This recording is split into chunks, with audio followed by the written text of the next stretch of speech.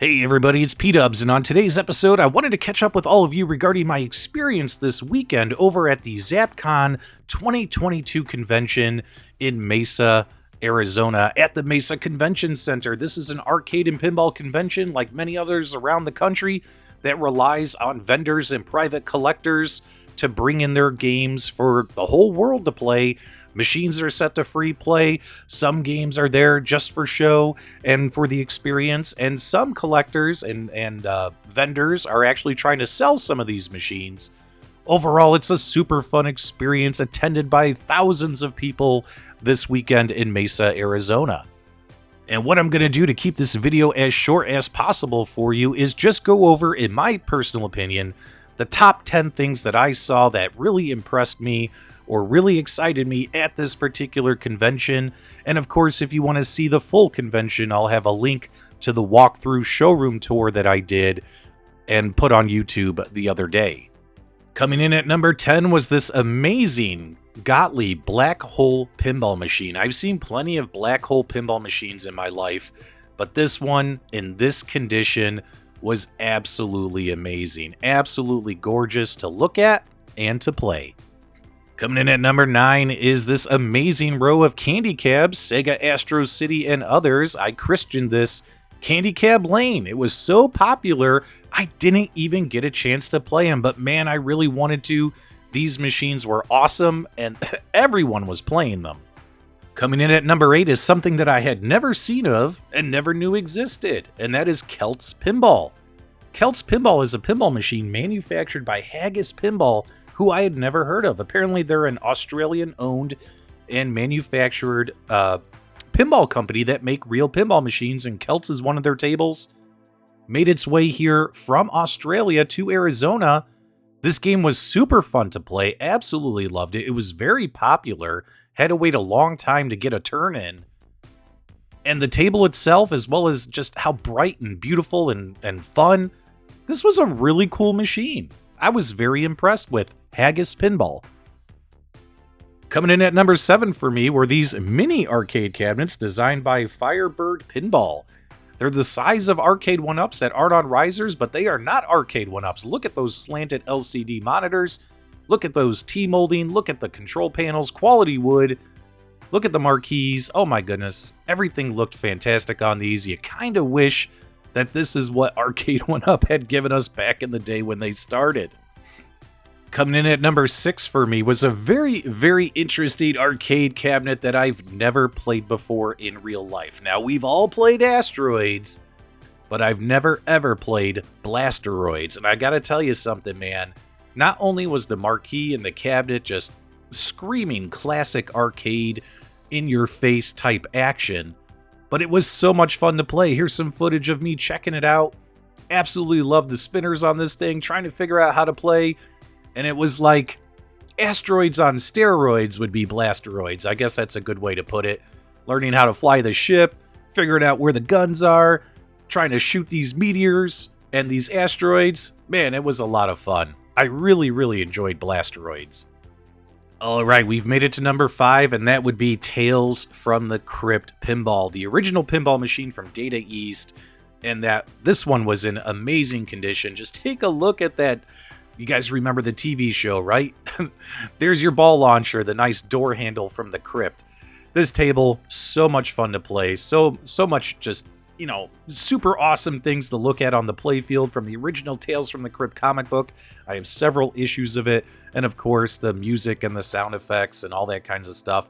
This was a super fun pinball machine to play, and it just made me remember how much I absolutely loved Tales from the Crypt growing up, watching it on HBO with my mom and dad when I was younger.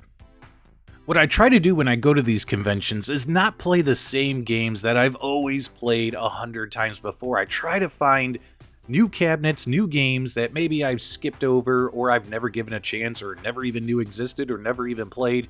I gotta tell you, I really loved the Black Tiger arcade game in the cabinet. Cabinet was a great size, great shape, great artwork all over the cabinet on the marquee control panel, and the game ended up being super fun. This is actually me playing the game right here that you're watching, and I gotta tell you, I sat here for 30 minutes playing Black Tiger.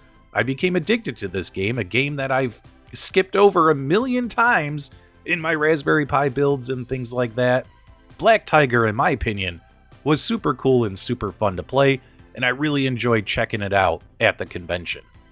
Moving right along to number 3 was this Guerilla War Arcade machine. Absolutely love the marquee, the bezel, the artwork, the shape, the height of the cabinet, and of course, I'm really a big fan of the controls on here with those rotary joysticks. They played and everything just played and it worked like a dream, man. It was so much fun playing this particular game. Here's some footage of me playing this game, and I gotta tell you, man, I was like, I've never played this game on its original arcade before, so I didn't know what to expect. Oh, right there, I killed a hostage, my bad. But let me tell you something, man.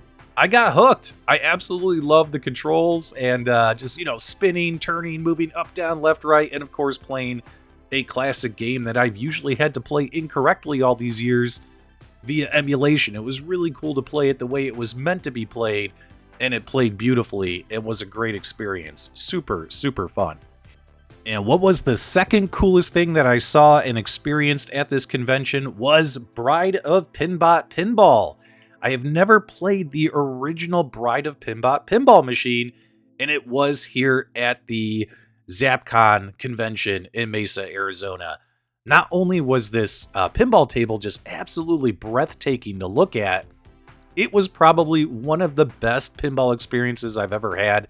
I played this thing for about 30-40 minutes. I was hogging the hell out of this machine at the convention. I just couldn't stop dropping more quarters and playing this game.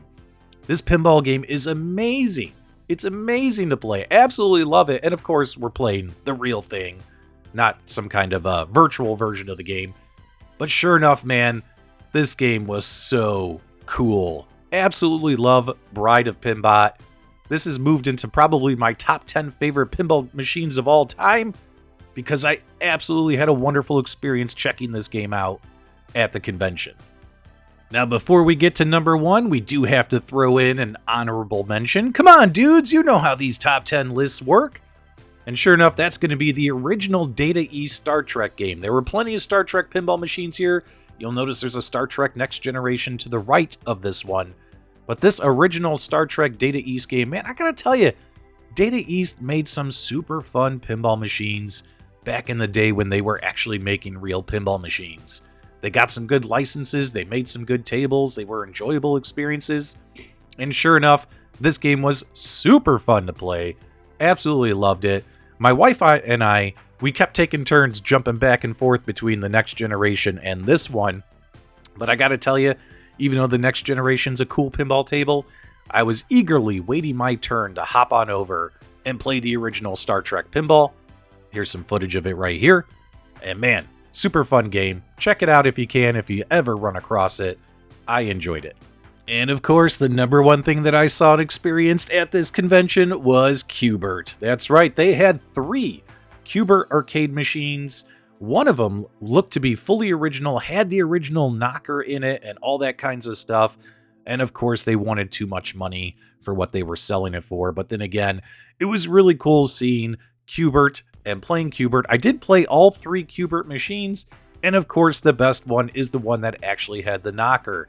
The other 2 didn't have the knocker. And in fact, I don't even think they were running original hardware. But this one right here was super, super dope. I gotta tell you, man, I had a great time at Zapcon, and in fact, I even made a purchase at Zapcon, which I'm gonna have a separate video for coming up very soon on the channel. But overall, guys, my experience was wonderful. It was like taking a walk through history, and I hope you guys enjoyed this video as much as I did, just being at the convention and putting this video together afterwards with my thoughts. If you're ever in town, in Mesa, Arizona during Zapcon, please go check out the show and support it. It was amazing. They had so many cool cabinets, it was like walking through history. Leave me your comments, feedback, reactions below. Give us a thumbs up on the way out if you enjoyed the video, and as always, my dudes, thank you for subscribing.